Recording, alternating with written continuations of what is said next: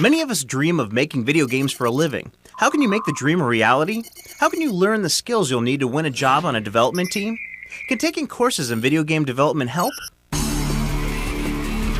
First, we asked two executives who hire development teams what you're going to be up against. In hiring the 22 artists for the team, we probably looked at over a couple hundred sort of resumes, demos, websites, and things. But last year there were 2,000 formal applications for 60 intern slots. These are tough odds. What can help you beat them? More and more colleges and schools are now offering courses and even degrees in video game development. But a degree from one of those schools can be quite an investment of time and money. How much will those courses help? For some students at some schools, it's just the edge they need. Students now are going through school, not only are they playing games in their spare time, but they're building game-like assets in art school. They're building game programs as thesis projects in computer science, and they're showing up on our doorstep ready to make dramatic immediate impact and ready to be leaders within about 3 years of one of these $10 million projects.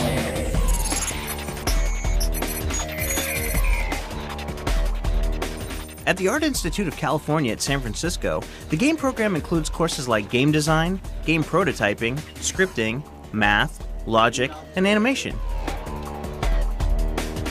At Cogswell Polytechnical, also near San Francisco, some of the unique exercises push your creativity to another level.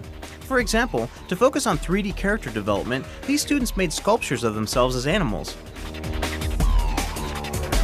I was shocked to learn that in order to draw, you go through what is mostly an anatomy class. You have to learn the bone structure of a human and the muscle structure, and then you learn kind of the rendering of the details, like the hair and everything. So it takes a lot of work. Students discover what a nightmare it is to make a game. How much time and energy and commitment, how much soul-searching evenings when you have to face getting your character into work inside the game engine or going home to get 2 hours sleep before your classes start again the next morning. The Game Art and Design program originated from talking to the industry and getting feedback from them that they were looking for students that had an understanding of the game process and strong teamwork. And then show her full, then she burps, then she covers her mouth. It's crucial to get experience working in a team environment. To work by yourself at home is an entirely different experience. You have to learn in a team environment to get along with everybody and make sure that you hit all your milestones and all your important deadlines. It's amazing how much gets done when people get together and they focus on what they're doing. And the energy, the synergy just starts to take over. And you'll have students here up all night for days in a row, and everyone's just trying to motivate each other, like, come on, just a few more hours, you can do it, you can finish it. What we've found works best is to go to places that have strong computer graphics programs and strong CS programs and work with the professors, and they can start identifying students who have an aptitude but also motivation, and then we can kind of set up a pipeline. I had people from Electronic Arts come down and give a presentation on how to do demo reels, and we dragged them into the presentation of what the game club had done. They were just agog. They sat down literally and said, how the hell did you do this guy? This is fantastic. And they went one by one to all the students. So they finally got up to Ashley and they said, Ashley, you've done a great job with these people. We want you to apply for an internship over at Electronic Arts. And he said, well, I don't think my artwork's that good. They said, the hell with artwork, we want you to be a producer. That was probably the most important thing they were looking for, is someone that was able to drive a project from beginning to completion. You know, motivating, getting together with a group of people and driving a project. To find talent for his art team, Julian Lau helped teach a course at San Francisco's Academy of Art, where two students distinguished themselves from the rest of the class and now work for him. One of our animators that we hired from a game school was Jacob Patrick. And one of the great things about looking at his animations and things that he learned and what he did at school was his attention to detail, the movement of the characters, the weight behind it, whether it was moving a heavy object, you know, picking up something, running. From the Sony animation class, I, as well as the other students, learned the importance of using reference. What they were looking for is to be able to find realistic human movement Many of us think we know how a run looks in our head, but once you actually look at it and try and study how the body actually moves, learn that it could be a lot different than you think.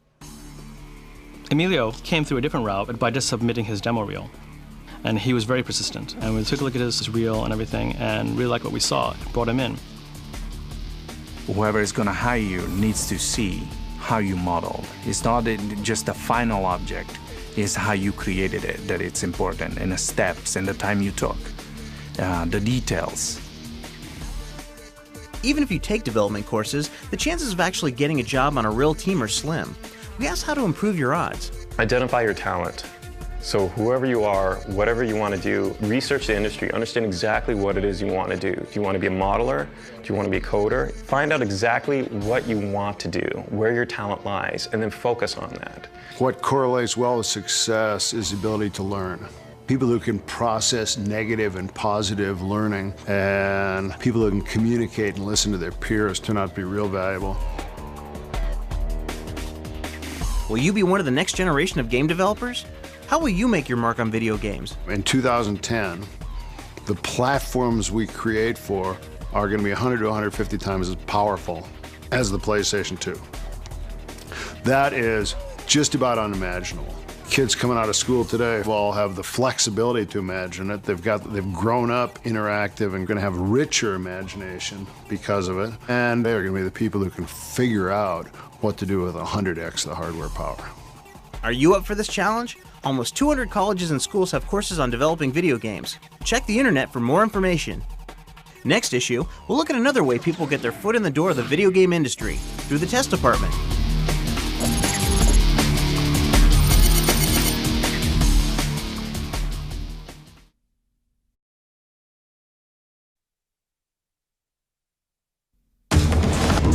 Can't get enough of Finding Nemo? Catch all the fun this spring with the Finding Nemo video game. Swim through the ultimate underwater adventure game as you guide Marlin, Dory, and Nemo through more than 15 levels of fun and tons of mini-games featuring all the great characters from the newest Disney Pixar movie. This spring, you can own the Finding Nemo video game. Product not yet rated. Available wherever video games are sold. And don't miss Finding Nemo the movie, coming to theaters May 30th.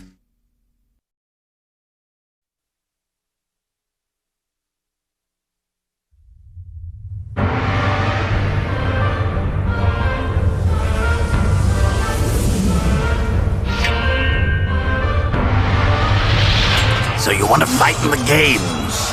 Do you have what it takes? Different warriors are like animals. Some are fast and deadly, like the snake. Others are slow but strong, like the bear.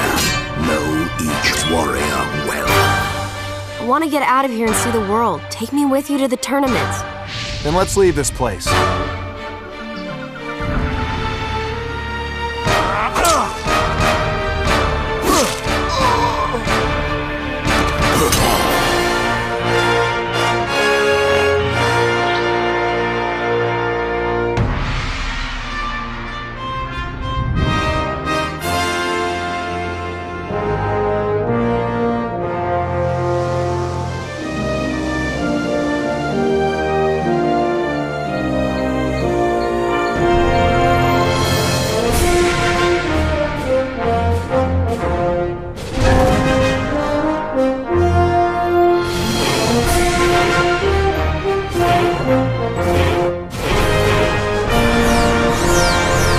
Battle as one! It is now time to use what you've learned. So, you have finally accepted your destiny.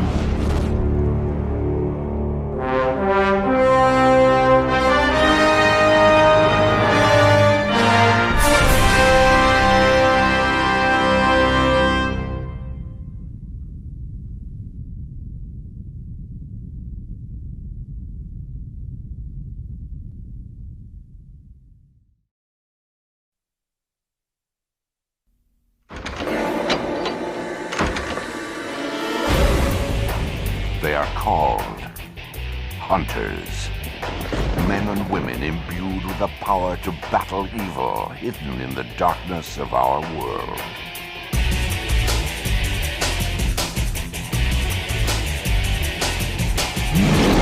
But this time, their mission is more than just saving the innocent. It's saving one of their own.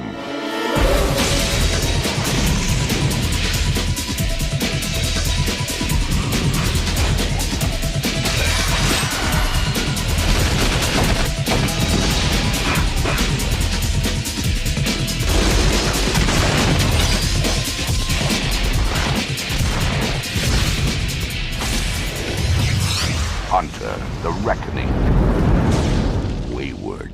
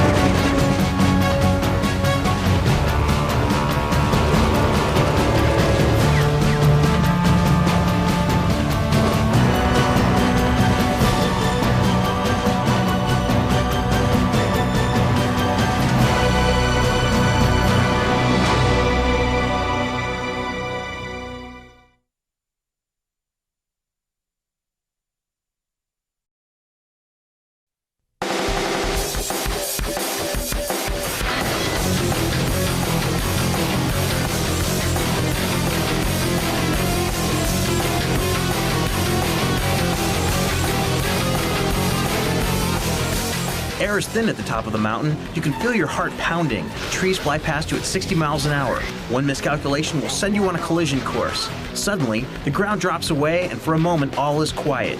Then your bike hits the ground with the force of a jackhammer. Your leg shoots out, dragging across the rocky trail as you tilt your bike, desperately trying to maintain control.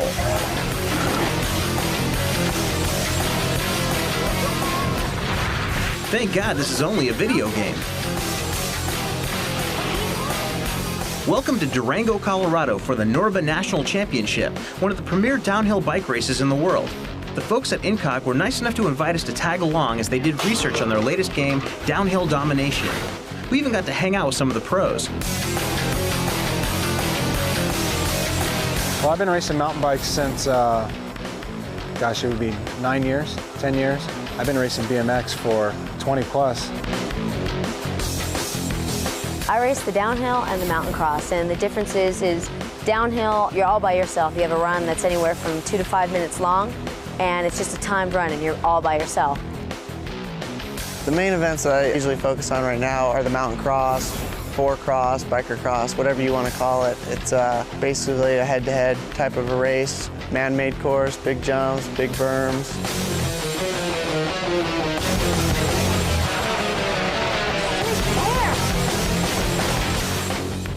There are 3 major downhill bike events, and Downhill Domination covers them all.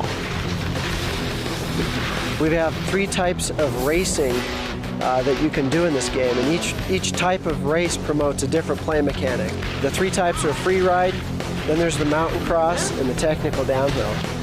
Now the free ride is the longest and most open type format. You basically are looking for the best line, you're tricking the whole way down to get trick points.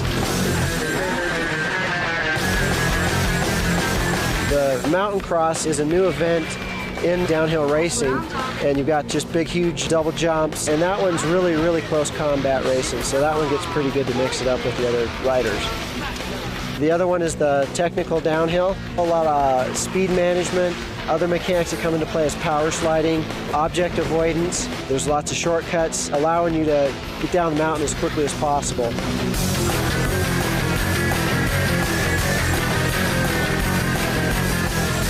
There are over 30 of the top bike manufacturers showcased in the game. With nearly unlimited upgrades available, earning money will get you a sweeter ride. We've got a really cool cash system that ties into a lot of different things that you can do, not only to your bike, but also to the rider. You can start upgrading your bike, your fork, your frame, your wheels. You're ultimately trying to get to that pro ride, which is super deluxe bike. You can also upgrade your combat abilities, which may not be one of the most realistic aspects of the game, but it's certainly one of the most fun.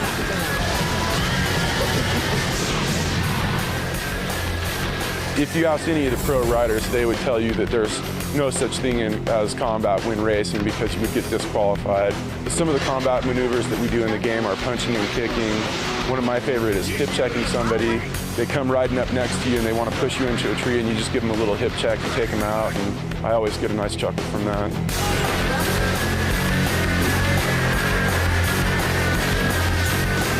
The nice thing is we've got all that great projectile technology. So, for example, being able to chuck a water bottle at some of your opponents, giving you that good sportsmanship edge.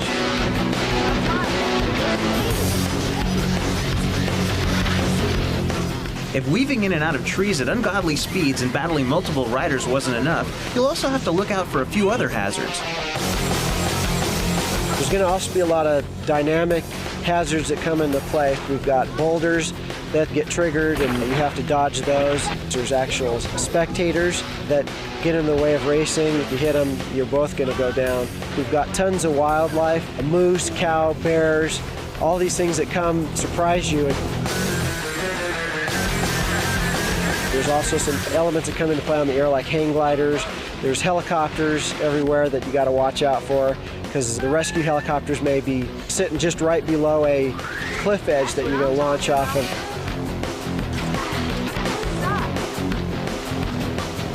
Just when you think you've got it all under control, the weather changes, and so does the race. We got one course where the storm comes rolling in and the lightning bolts start hitting the ground, and you've got to dodge these lightning bolts or you're going to fry. And when the lightning bolts hit the trees catch on fire, so if you get too close to the trees, you're also going to take some damage and probably slow you down.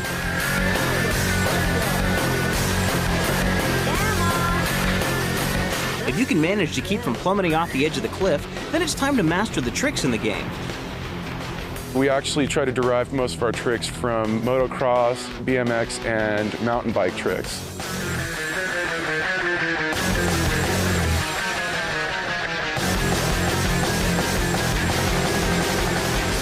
Designing the game with the help of some of the most famous riders in the world, Incog managed to create a great mixture of real and fantasy racing. We have 14 riders, 5 are real-life characters, and 9 of them are fantasy characters. We've got Brian Lopes, Perry Yanis, Eric Carter. I'm actually working with consulting and designing some of the course stuff in there. I think it's good. I think we're working really hard and capturing bicycle elements, which is going to be key to it. I think it's going to set it aside from the other games. This one is definitely a step up from what they used to have out there.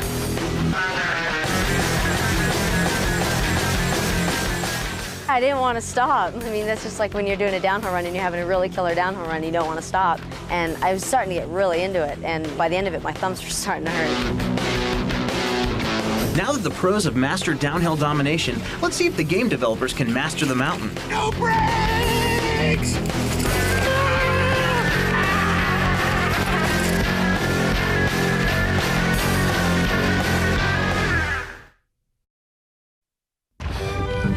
Quickly, girl, before it collapses around you. When we last saw Lara Croft in the hit Tomb Raider series, it seemed like the end had come for the popular heroine.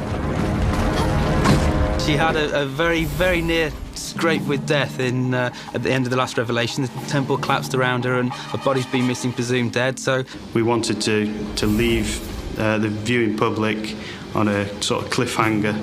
Did she die? Didn't she die? And us saying that she was lost, presumed dead, was a way for us to sort of get Laura to refocus on her own life, you know, look back into herself about her priorities, what's important. So, so needless to say, she is alive and well, and she's going to come out guns a-blazing.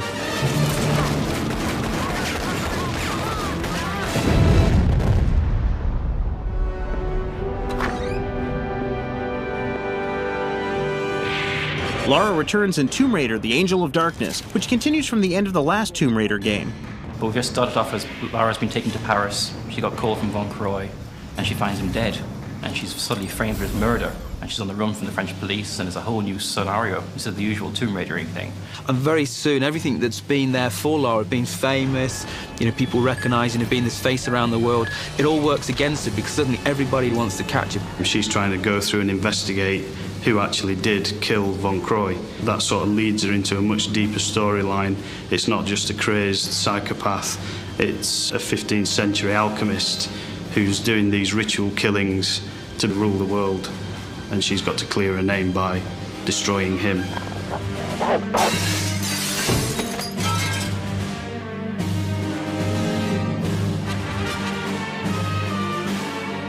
As Lara sets out to find Von Croy's killer, she finds that her ordeals have weakened her and that she needs to build up her strength and skills again. She was really weakened at the tomb in Egypt. So it's the story of her sort of returning as a character, giving her the abilities that she once had and then lost. We shall have an ability to improve her upper body strength or lower body strength. So as the game progresses, you'll find that she can perform longer jumps, or she can hang on to monkey swings longer and go over parts that she couldn't have done previously. The Lara that you play potentially will be a different Lara to my Lara. I may be just going to run a little bit faster with Lara, and I can get through that door that's always shutting, whereas you haven't quite honed those skills and can't get through that door, but you might be able to climb better than me, so you can go around that corner and drop down the courtyard that I can't get to. We've also added more moves. She can do proper stealth moves now. She's got a lot of hand-to-hand combat in there, punching, kicking. She can sneak around corners. She can take enemies out and then sort of hide again.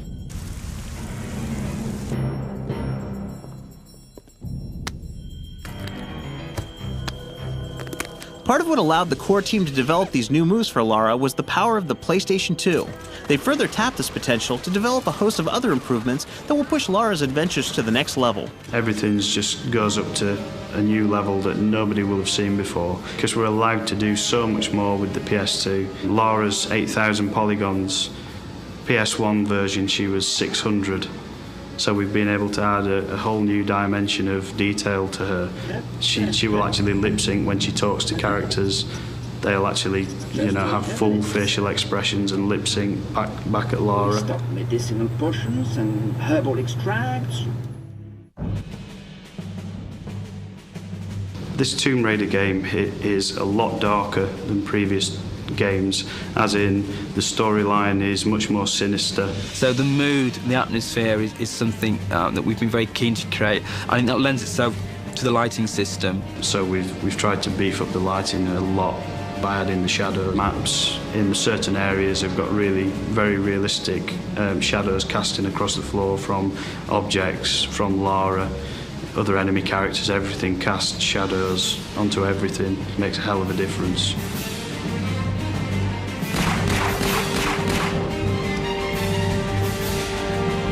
As Lara struggles to determine what's happened to Von Croy, she runs into a new character in the Tomb Raider series, a character who's an integral part of the game.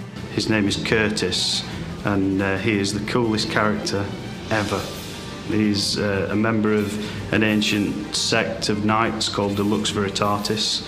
They've sort of got paranormal powers, and basically he's a demon hunter. We wanted Curtis to be quite a different character to Lara. It's going to be quite an interesting sort of love-hate relationship that they have initially, because Curtis is there in this game and he's always one step ahead of Lara. He's almost like the thorn on her side. He seems to be on his own mission, has his own agenda, but he's always just there one stage ahead of her. So they don't like each other at all, and it's not till later on in the game that they sort of get to work as a team.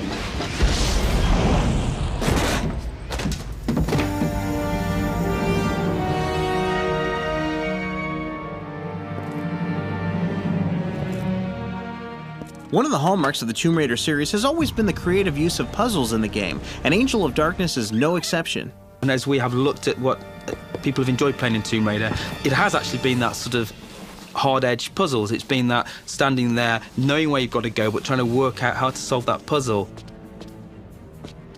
Also, we've got those sudden death sort of things where if you just don't get it right, she begins to fall, you know, you've got that timing just to grab that ledge or grab that precipice just before she plummets to her death.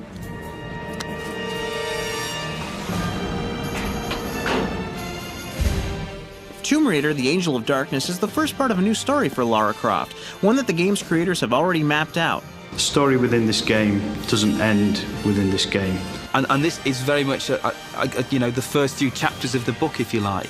There's a lot of unanswered questions that we've already planned for future titles. It sounds like the team at Core have plenty of adventures in store for us in the future. Be sure to check out the start of this new era for Lara Croft when Tomb Raider: The Angel of Darkness hits stores late April.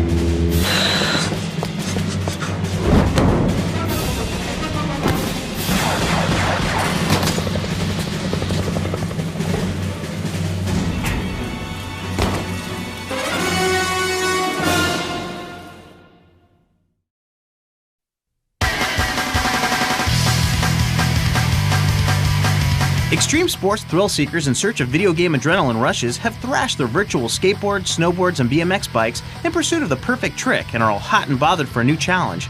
Activision, always willing to oblige, dumped a little cool water on them. For those of you who don't know what wakeboarding is, it looks similar to what you would ride on a snowboard, but it's done behind the boat and you use the boat's wake to do tricks, but you also use rails and stuff like that. When I was first contacted about doing the game, I couldn't believe it because, you know, at the time I'd been playing Tony Hawk, and the fact that, you know, I'm a character in the game it's kind of a weird feeling.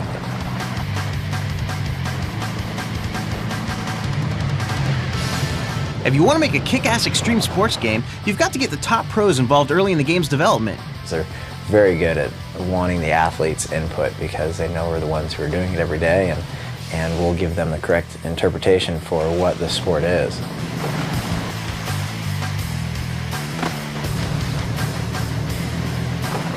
They flew the programmers from Shaba to my house and took them out wakeboarding, taught them how to ride, and after that first day we got them up, they were sold and they wanted to do a good job of it, and they have.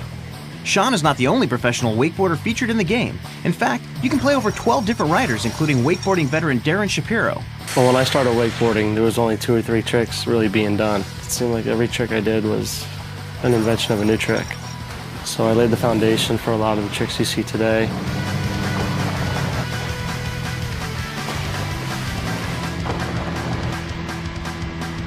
We got every wakeboarding trick in the world. Something I think is really cool is that stuff that we've actually made up, now the wakeboarders are trying to copy. You know, you see it in the game and it's like, hey, we could probably do something different than we have. We've kind of poached some tricks that they've invented on there, and we're helping each other out. You know a game is going to rock when the pros go nuts playing it for the first time. The acceleration and the pop off the wake and everything has it's been just right on the mark, and it's actually kind of weird when you step away from the game. You feel like you've been riding because it gives you that feeling of flow and what wakeboarding is. I watched Sean play the game, and I was shocked. I couldn't believe how real the water looked. I mean, this just blows everything away that I've seen. You can just go really big and, you know, do combinations of different tricks. You can let go of the handle and go slide rails and slide on the boats, which is, you know, crazy because we can't do that on the water. For me, like, I had the most fun just playing with the wake, but when it really came together was when we just decided to let the guys let go of the rope and go off on the side. Ultimately, the pros were just as pumped about what the game can do for the sport as they were about their involvement in the game. The Pro Tour, we only have, you know, about 10 to 15 girls that show up, and I think this video game is actually going to help wakeboarding and women's wakeboarding to grow and progress. In one way, it's so similar to the other boarding sports, skateboarding and snowboarding, but in another way, it'll just open people's eyes up to it's just something really fun to do out on the water.